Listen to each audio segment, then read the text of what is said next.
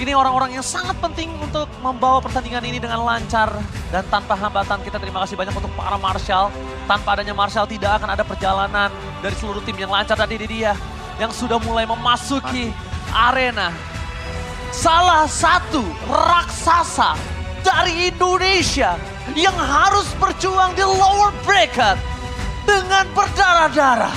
Please welcome Geekfarm Indonesia. Oke, dengan Marky nampaknya yang diturunkan, mungkin perubahan role yang sempat terjadi oleh Marky juga bukan menjadi masalah. Karena memang dari Marky sendiri sense of game sebagai gold lanernya cukup tajam, dan ini dia untuk sang penantangnya.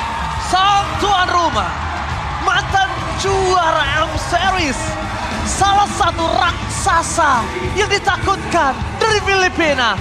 Please welcome Blacklist International. Oke, dan dari Blacklist sendiri mungkin kalau ngomongin soal fans, itu yang paling banyak di PH. Dengan adanya mahkota atau sebagai banduk ya kalau kita ngomongnya, itu banyak banget ketika Blacklist yang lagi bertanding. Dan mereka juga menurunkan line up yang sama, belum ada perubahan. So ini adalah line up terkuat mereka. Masih dengan Yue sebagai mid laner yang nanti akan berhadapan dengan Aboy. Dan ini dia para coach, ada Pastor The Basic, ada Dexter dan juga Coach Erpang yang akan menyiapkan semua strategi drafting phase dan detailnya menuju ke in-game. Oke, dan satu hal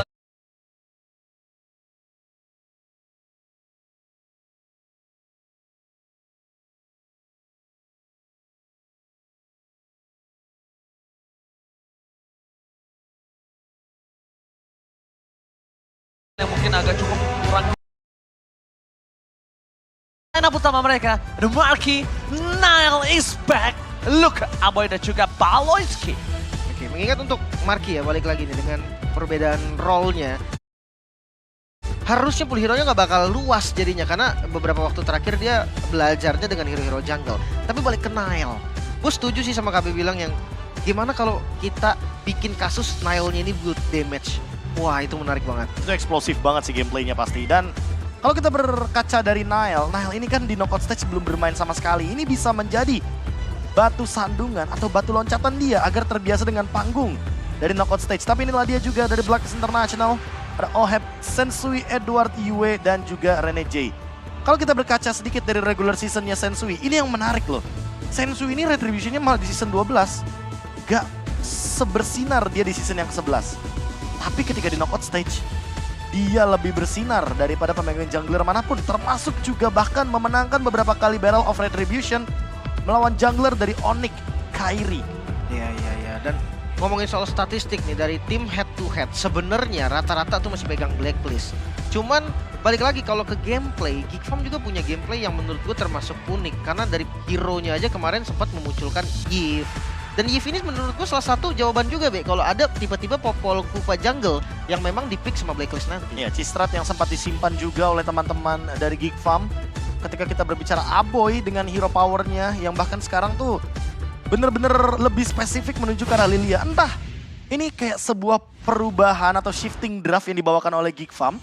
Karena kalau kita berkaca sedikit nih, oleh Geekfarm yang kita kenal, biasanya kalau dilepaskan Faramis, mereka pasti bakal first pick Faramisnya buat Aboy. Sekarang, mereka nggak perlu worry sama Faramisnya buru-buru. Tapi mereka malah bener-bener concern terhadap Lilianya. Ya, gua adalah orang yang paling sering untuk nge-pick dengan lawannya yang nol. Misalnya 2-0, 3-0 ya kan. Kadang berapa kalau best of 7 tuh? 4-0. Ya 4-0. Jadi gue tuh paling sering itu. Tapi untuk saat ini, gua cukup berbeda. Bahkan Profesor KB yang sekarang jadi gua dengan 3-0. Pede ya. Gue juga pede, tapi menurut gue ini akan keras banget, Lim. Makanya gue juga pede Geek bisa loh, ada kok chance-nya. Cuman menurut gue pribadi nggak mungkin Geek bisa menang secara mudah gitu loh. Ini keras banget. Nggak bakal jadi game gampang lah maksudnya. Ya mungkin ini juga buat kalian aku ingatkan karena ini akan panjang, ini akan lama. Jadi kalian langsung aja join M5 TikTok Drops live stream dan dapatkan hadiahnya. Itu ada di kanan atas. Kalian tinggal pencet aja, itu ada logonya Profesor KB. Ada logonya. Logo TikTok warna biru nggak salah.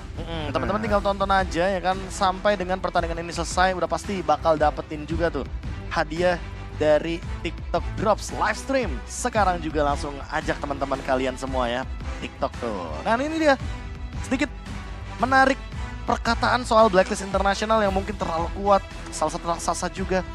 Tapi mau bagaimanapun, Blacklist International bukan tim yang tanpa celah ketika kita berbicara line up baru mereka. Betul. Apalagi dengan kehadiran dari Sensui dan juga Rene J. Ya. Melihat juga bahwa memang Rene J power dengan hero healer, Sensui terlihat tajam dengan hero-hero assassin. Tapi ingat juga bagaimana background story mereka, yang dimana mereka ini sebenarnya tidak begitu nyaman dengan dua hero ini. Menandakan bahwa walaupun memang nantinya mereka akan mendapatkan hero tersebut seperti Nolan mungkin salah satunya, bisa jadi ketika berhadapan dengan Nile yang pure, dia jungler utility bisa, jungler assassin pun bisa, ini tidak akan berjalan 100% seperti sama Ya. di match ketika mereka bertemu dengan Fireflux Esports. Mungkin kalau ngomongin soal jungle ya, balik lagi Nile tadi powernya itu ada di jungle-jungle utility juga sebenarnya, dan bahkan salah satunya ada di Akai. Nah, ngomongin soal jungle yang utility, yang basicnya adalah tank, di road ini loh, gue ngelihat Blacklist dia jarang banget pakai direct. Apakah ini jadi celah juga, Be?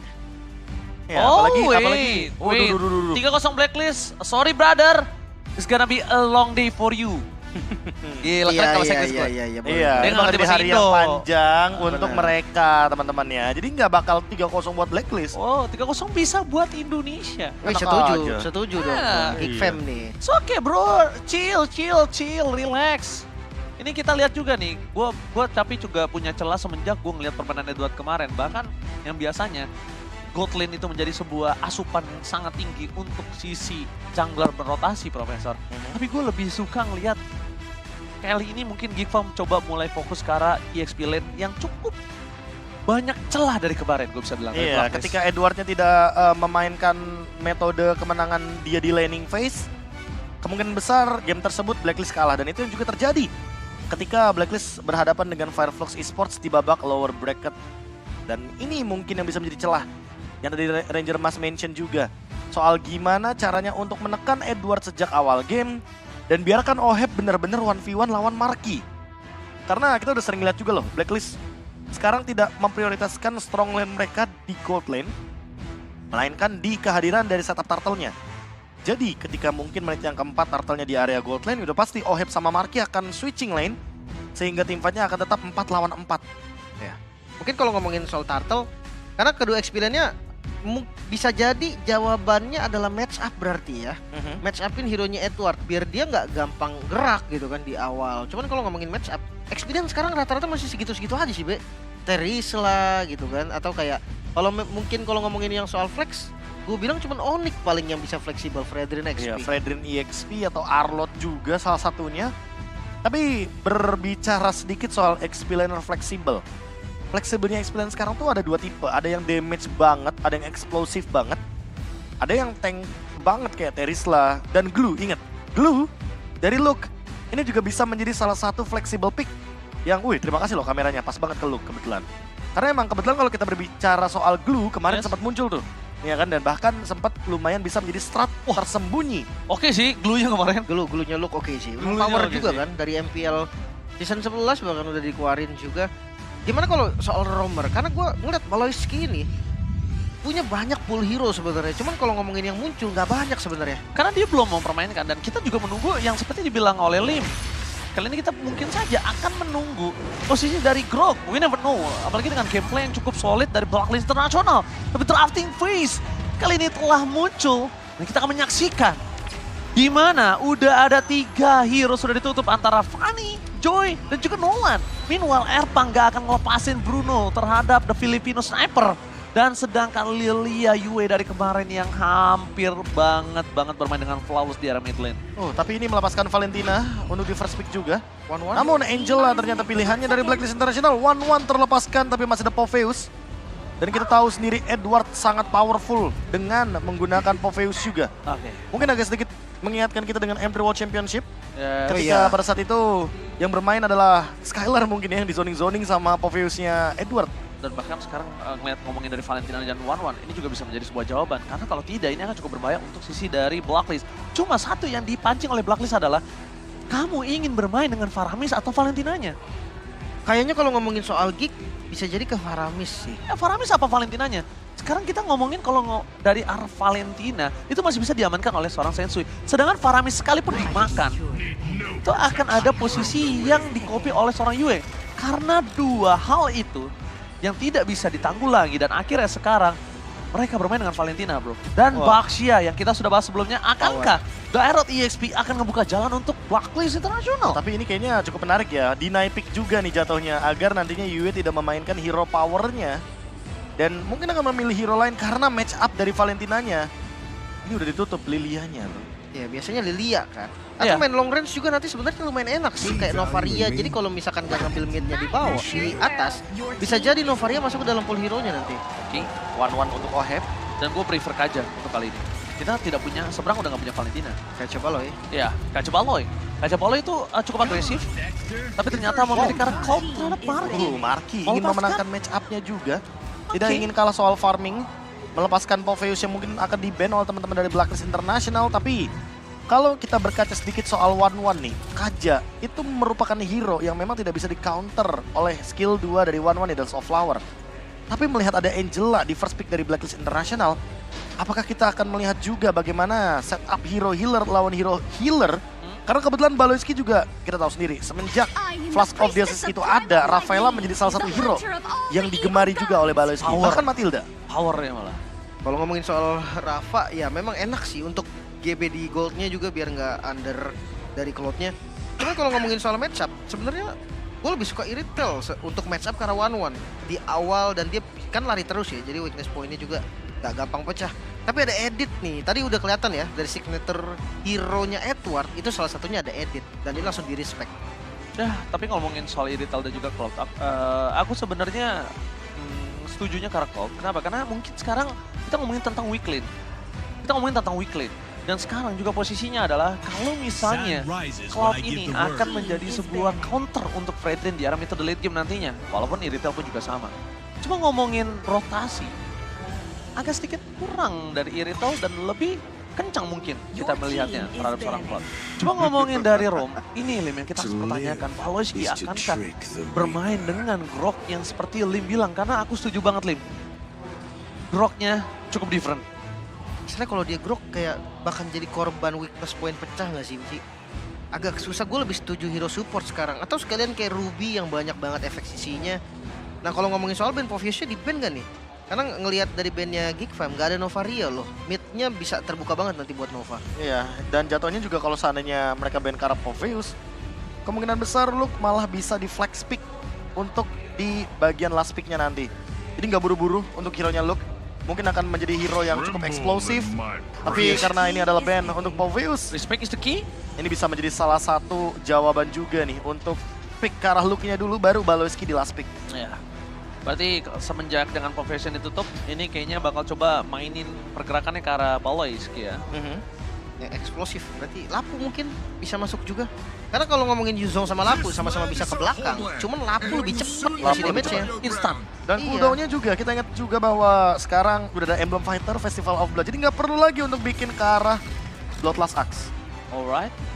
Ngomongin dari Yui, kali ini dia punya power yang cukup sangat diperhatikan dengan Lilia, tapi karena Lilianya udah nggak ada, ini dia. Kita akan melihat hero Novaria mungkin saja. Novaria terbuka banget di sini, tapi tidak melupakan juga ada Gord yang mungkin bisa dibawakan oleh Yue. Gord? Karena juga itu merupakan salah satu hero kemenangan pada saat mereka berada di babak playoff. Tapi kayaknya Gord akan cukup sulit ngelihat udah ada 2 dive in yang cukup Dan berbahaya. lapu-lapu juga. Ya, kita juga bahkan belum lihat roamernya. Dan Arlott sudah menjadi jawaban di arah ESP lane. Dan Novaria, yes, seperti Udah paling jawaban aman. kita. Udah paling aman untuk nge-buying time juga kalau misalnya lapunya maksa ke arah backline. Bentar, ini sebenarnya kalau berbicara damage sudah cukup. Kangen gak sih sama Natalia Baloyski? Kangen. Wah, ini kangen eksplosif banget. Karena apa? Karena Novaria dan 1-1 mungkin bisa terancam di lini belakang. Dan Angelanya juga mungkin bisa dicari sama Baloyski. Bukan hanya itu, tapi gimana caranya one-one-nya ini akan kesulitan untuk laning phase. Dan mungkin saja dari weak lane Marky jadi strong lane. Dengan Bisa. Cloud Ya kan? versus 1-1 ya. Gameplaynya jadi berubah. Walaupun memang Nata sekarang ya, gue jujur sih nggak suka banget sama perubahan Nata yang paling terakhir loh. Udah jarang banget soalnya. Karena jadi kayak konsil, Iya, kelihatan kelihatan. sebenarnya. Kelihatan. Dan kalau ngomongin soal pro player, udah pasti aware nggak sih sama kayak gitu-gitu? Kita aja aware. Makanya kita Kita- di publik yang hahaha ngelihat Nata Kita yang jalan. bintangnya, ya kalau saya masih epic, aja aware gitu loh. Makanya nih, hero Jadi lebih support notice. dan Ruby Ruby. ternyata sisi yang diambil. Oh, karena ada Arlott juga, jadi butuh hero stopper. So, yang paling aman adalah Ruby.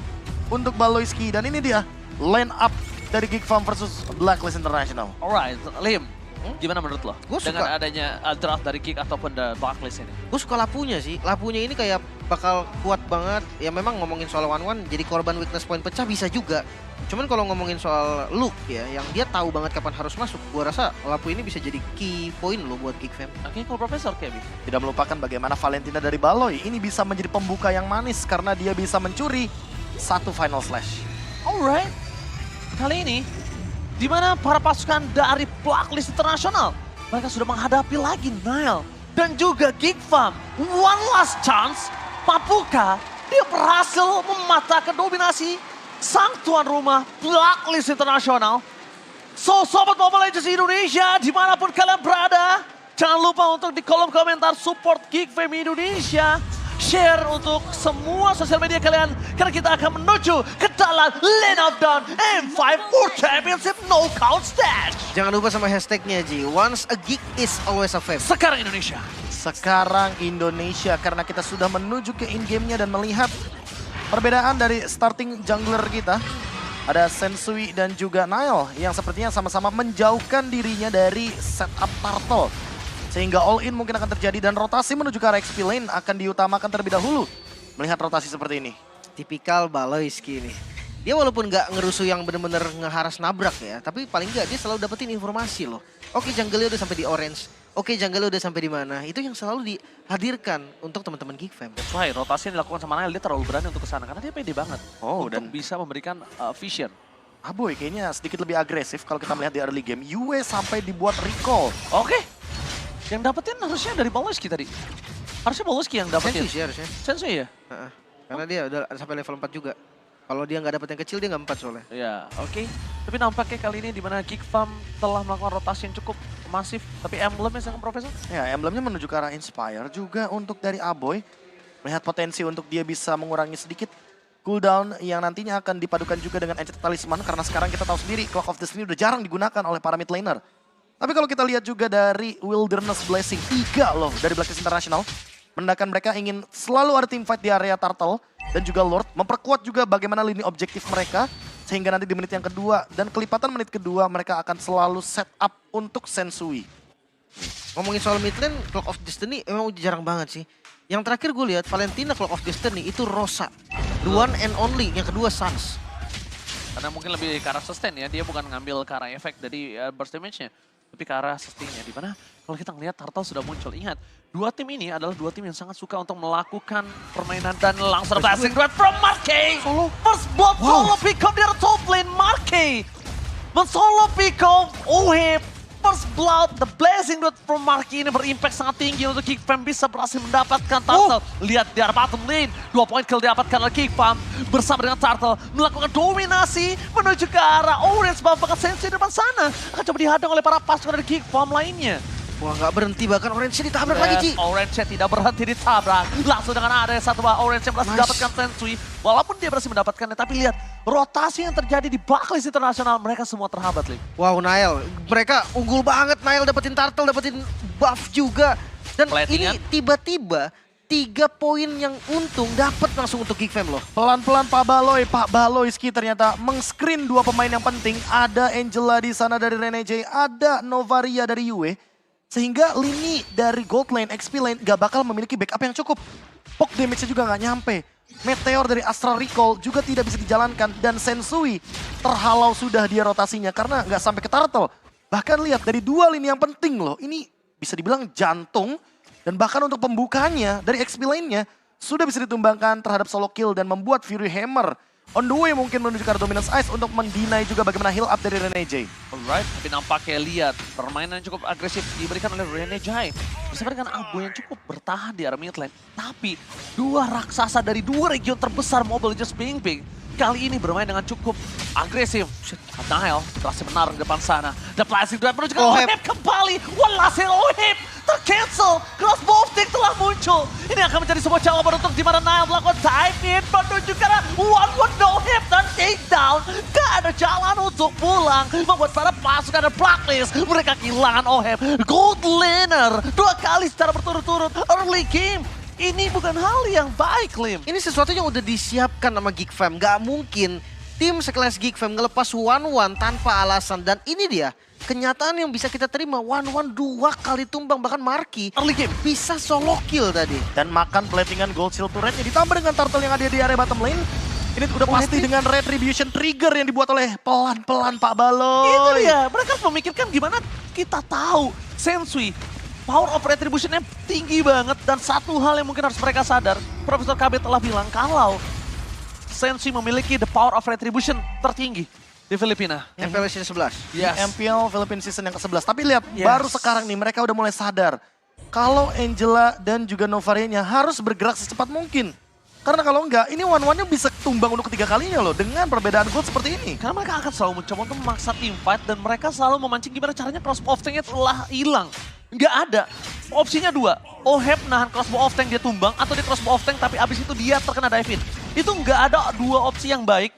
Itu lebih ke arah di mana Geek Fam tidak memberikan pilihan. Cuma satu, mati. Ya makanya well prepare banget sih dari sisi draft. Dan ini gameplay yang cukup solid dari Geek. Tertinggal satu level untuk kondisi jungle. Bahkan bukan ngomongin soal jungle, ini dua-duanya jungle utility, tank jungle yang bisa ada di front line nantinya. Iya, tapi perbedaannya adalah siapa yang akan lebih memilih untuk team fight duluan. Karena di turtle nanti, yang paling penting adalah siapa yang menabrak dan eksekusinya seperti apa. Oh, I'm offended. Berhasil mendapatkan Oheb di sana mencoba untuk melepaskan diri tapi nampaknya gagal. Kembali lagi Oheb tidak bisa melepaskan crossbow of tank. Tidak berhasil menjadi this is Oheb Kapten. Dan dia ternyata terzoning out. Bahkan di purple buff-nya Lim kita bisa melihat. Sekalipun akan coba didapatkan oleh seorang Yue. Ini menjadi kerugian untuk Sensui-nya. Makanya semenjak turtle dibawa tapi nggak switch. Di situ gue ngeliat oke, Geek Farm dia tahu di atas winning condition-nya adalah Oheb. Jadi di press abis-abisan dari Ohebnya nggak tuker juga. Jadi di turtle bahkan inner turret lihat sampai setengah HP loh. Oke, tapi lihat sprint telah dikeluarkan. Marky menuju ke arah backline mencoba menyelamatkan diri. Damage turret yang cukup berimpact membuat Marky kali ini agak cukup terpressure. Tapi yang harus mereka sadar adalah gold lane mereka udah didorong jauh abis. Dan dua posisinya kali ini adalah dua gold lane yang berbeda. Oheb lebih ke arah power team fight. Sedangkan Marky dia punya fleksibilitas power ataupun split push jarak jauh. Oke, aku kira tadi Luke akan langsung menuju ke arah item defense terlebih dahulu. Tapi enggak, dia langsung build ke arah Bloodlust Axe terlebih dahulu. Dia mau spell flame yang lebih pas lagi dalam team fight. Aduh, taunt. Aboy. Mau nggak mau, karena Aboy harus nyelamatin dirinya, Prof. Iya. Kalau diikutin terus dan dia maksa ke arah flicker itu akan lebih merugikan. Oh, tapi ini adalah keuntungan yang berlipat ganda yang didapatkan oleh teman-teman dari Geek Farm. Blade Armor ada di tangan dari Nile. Ini bakal jadi early game yang full senyum buat Geek Farm. Karena apa? Karena ketika crossbow of tank terbuka untuk Nile, damage-nya cuma satu. I'm offended menuju ke arah sunset the blast itu from Marky. Berhasil memporak-porandakan tim Blacklist International. Meanwhile, dia top lane. Blacklist International mencoba untuk mencari celah semaksimal mungkin untuk Oheb bisa farming, Lim. Wah nggak pernah puas sih dari Geek Farm. Perfect turtle sudah didapatkan dan dikasih 0 kill. Gak ada kill sama sekali dari Blacklist. Wah, ini kalau kita lihat dari item juga bener-bener eksplosif banget yang dimainkan sama Marky. Dan bahkan kalau melihat di bottom lane, mau didorong lagi, ini one-one-nya bakal terancam juga karena Baloyski udah hadir di bawah. Alright, Baloyski ternyata ingin mencoba menangkap Oheb kembali. Di mana Oheb berada, di mana Marky berada. Dan benar, seperti yang sudah kita praduga, kalau bukan weak lane-nya di sini, Marky menjadi strong lane-nya. Lihat di mana semua posisi mata dari Baloyski ini menuju ke arah Marky. Kalau Marky emang nggak bisa, dia pasti langsung cover. Tapi kalau Marky, selama Marky bisa, dia akan buka jungle untuk ngebaca vision seluruh pergerakan dari junglernya. Oke, Marky is the key. Karena memang dari awal Marky-nya ini loh, yang sebenarnya nggak di GB banget juga. Karena Baloy fokusnya untuk ke screening. Tapi lihat bottom lane. Oh, emang offended keluarkan damage yang cukup besar. Dikeluarkan sangat klasik buat from Marky untuk zoning atau dikeluarkan sama Renegade. Masih ada flash ulti Ulsis. Tapi Marky memilih untuk mendekat belakang. Dan lihat, oke. Brave Fighters berhasil mendapatkan double kill. Looking for triple kill. Edward terzoning out cukup jauh. Bahkan nggak bisa membantu dengan final slash sedikit pun. Mereka menghantam menjadi Geek Farm, the PT Tongkar Buret Sejahtera. Wah ini bahaya banget. Dua inner turret nih Be yang hilang. Bahkan mid-nya pun terbuka. Jungle dari Blacklist sudah nggak ada yang aman. Gak Iya. cuma itu, Lim. Ini masalah utamanya adalah Renege nggak bisa mengoptimalkan hard guard-nya. Yes. Karena tidak ada point kill satupun yang didapatkan oleh teman-teman dari Blacklist International. Geek Farm Buret. Tongkar Turret. Wah, ini bahaya banget buat Geek Farm karena jalan banget dari dua lini sampingnya membuat Lord Ini benar-benar seolah kayak membalikan telapak tangan. Lord yang pertama yang sangat cepat. 1 kill per minute. Dan bahkan gold earn-nya. Wow. 4 pemain dari Geek Farm leading the gold. Luke sih, yang dengan full platingannya cukup mengagetkan kali ini. Iya, dia malah balap-balapan sama Marky dari goldnya ya. Iya, belum balapan sama Marky. Damage-nya juga kali ini dia menuju ke arah Athena terlebih dahulu nampaknya. Bakal eksplosif kalau sebenarnya tadi Luke langsung menuju ke arah Winter. Biar dia badani nanti untuk Crossbow tank Oheb-nya. kebuka. Pas kebuka crossbow tank dia Winter. Itu yang sempat terjadi juga dan dibawa oleh Kid Bomba sebenarnya. Ya, Skid Bomba selalu menggunakan itu untuk di arah backline. Tapi lihat dengan adanya Lord telah bergerak menuju ke arah top lane. Dari Geek Farm, ingat, mereka bermain dengan agresif. Yang tandanya membuat para pasukan dari Blacklist, mereka harus membawa game ini ke arah metode late game. Conceal game ini dikeluarkan The Balazki, tapi sayangnya terdeteksi Lim. Dan Lord di arah top lane-nya harus dipecahkan. Dan Geek Farm gagal melakukan tugas terakhir mereka di arah top lane dengan PT Buret. Ya, Golkar Ture. biasa sih, karena dari awal Baloi nyaris banget tadi. Cuman ya, Lord pertama balik lagi hanya digunakan untuk pasif, untuk ngambil tengahnya juga. Dan sekarang ya kalau selama disiplin, Geeks akan pegang tempo loh. Tapi kalau kita 9.000 melihat gold. dari item ya dengan gold yang sangat berbeda jauh sendiri. Look, memilih ke arah Oracle. Ini item yang unik sekali kalau kita berkaca dari bagaimana nantinya spell Fame yang akan difusikan untuk lapu-lapu. Dan Aboy dia sudah selesai dengan Divine Glyph. Ditambah dia punya Heart Guard. Jadi seandainya, ini kita berbicara worst skenario. Ada 1 orang yang terkena Final Slash, setidaknya akan ada Heart Guard di sana. Walaupun memang, lagi dan lagi, Blacklist International tidak bermain dengan pick off. Walaupun itu powernya Renege loh. Atau kalau diganti skenario-nya jadi lapu-lapu masuk, isi Heart Guard dulu. Dan akhirnya langsung keluar dari Valen jadi nuker juga. Itu kayak lebih bahaya juga sih, Be. Itu lebih berbahaya dan bahkan bisa menimbulkan damage yang lebih tinggi karena udah ada Lightning Truncheon yang ready dari Aboy dan Aboy bisa langsung targeting ke arah Yue. Nah itu tuh bakal ada skenario baru tuh kalau seandainya emang bener-bener mereka mau melakukan gerakan yang langsung zoning ke arah belakang, zoning ke arah Yue atau bahkan mungkin Oheb sebagai targetnya. Selalu Yue menyelamatkan dari purple buff dari Blacklist International. Karena kalau mungkin Marky yang dipegang purple buff ini akan bermain dengan lebih lincah. Tapi ngelihat dari tim Geek Farm mereka 10.000 gold difference nih. Ini bahaya juga sih sebenarnya dan gak takut untuk buang retribution sama sekali. Freeze lane, top lane-nya benar-benar gak bisa jalan, bawahnya pun agak jalan sedikit tapi udah 2 wave nih. In total dari Blacklist rugi di bagian bottom lane-nya. Ngomongin soal landing juga nih, turtle-nya ada di bawah jadi atas ini bakal jadi concern dari teman-teman Blacklist juga. Otomatis dengan Lord yang sebentar lagi spawn, atasnya bakal di-clear karena Baloi udah muncul di atas dan mereka regroup di Lord. Alright. Oke. Tapi kalau kita lihat dari pemilihan item, Oheb sudah memiliki Wind of Nature. Dan mungkin teman-teman dari Geek Farm tuh harus masuknya pelan-pelan, gak boleh buru-buru. Karena menurutku melihat potensi yang mereka udah mendapatkan Lord setelah ini nih, ini bakal jadi menarik ketika kita melihat bagaimana Oheb dan Yue yang menjadi salah satu yang menjaga posisi tapi berpisah. Kenapa berpisah? Karena kita tahu Balazki yang akan menangkap mereka. Kalau salah satunya masih ada yang terbuka dengan bebas, itu yang akan mencari space-nya. Salah satunya adalah Oheb sekarang karena Yue yang bakal di zoning sama Balazki-nya. Itu kalau Yue-nya nggak, gue tadi ngeliatnya apa? Kalau Yue-nya dia nggak ngerespon langsung mundur, dia nggak tahu di situ ada Luke. Itu dia. Dia nggak tahu dan dia bakal bisa paksa flicker. Ini akan menjadi kerugian ketika Lord muncul. Fight-nya di dalam base dia nggak punya flicker. Oke. Dan ngomongin soal Lord, kita akan hitung dari high ground defense-nya. Sebelum itu kita lihat item Twilight Armor sudah ada 2 nih, Be. Berarti damage dari Yue itu bisa dinetralisir juga oleh Baloi dan juga Nael. Ditambah dengan adanya si Halberd ini akan membuat damage heal up dari Renege tidak akan semaksimal itu. Dan frontline Oke, bisa ditabrak. flicker. Oheb menuju ke arah Oheb. Menjadi target utama Wind of Nature telah dibuka. Tapi nampaknya Oheb harus mundur ke belakang. Karena lagi kesempatan untuk bertahan hidup. Perpasukan dari Geek Farm. Aboy. Mereka memaksakan membuat Oheb mundur. Tidak bisa melakukan cover terhadap base mereka. Dikejar selalu oleh seorang Nael. Karena sudah mulai terpecah. Nael mencari di mana Renege berada. Ditutup begitu saja. Oheb mundur tapi tidak ada Renege. Ini semua masalah. Base mereka terbuka dengan sangat bebas.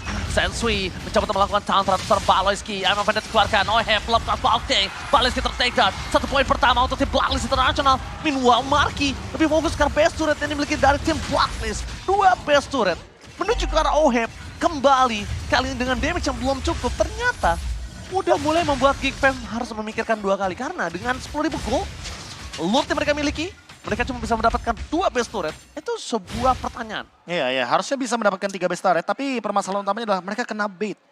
Yang tadinya mungkin mereka bisa buy one get one, tapi ternyata nggak berhasil. Karena apa? Karena ada movement speed tambahan dari Renege, yang membuat Oheb dash-nya juga makin lebih jauh juga. Dan ditambah juga dengan Nile yang mengejar, jadi udah otomatis nggak bakal ada kehadiran dari Nile dalam teamfight besar. Dan ini dia yang harus dikhawatirkan, damage deal yang tinggi dari Yue karena posisi dia tuh di belakang banget. Dan untuk menggapai ke arah Yue perlu effort dari tumbangnya frontline Blacklist International. Oh, Nile. One last man standing kalau dia berada di sana seorang sendiri, tapi Marky bakal coba di retribution. Luka, Brave Fighter bukan sensi target utama. Mereka langsung nge-zoning para pasukan dari Blacklist untuk tidak bisa masuk dan support terhadap seorang Sensui. Mereka lebih memilih menuju ke arah depan. Van Slash dikeluarkan with the Trajan. Saturday, meanwhile Marky is the key. Dengan damage yang diberikan, berhasil mendapatkan 2. Ini menjadi base-nya terbuka dengan area Oheb yang satu-satunya menjadi tombak tertajam dari Blacklist International. Brave Fighters, tadi utamanya menuju ke arah Yuda. Base-nya gak bisa ditahan kembali. Fokus ke arah base dan Marky is the key untuk game yang pertama. Wow, game yang cukup manis, one-sided game. Geek Fam is back.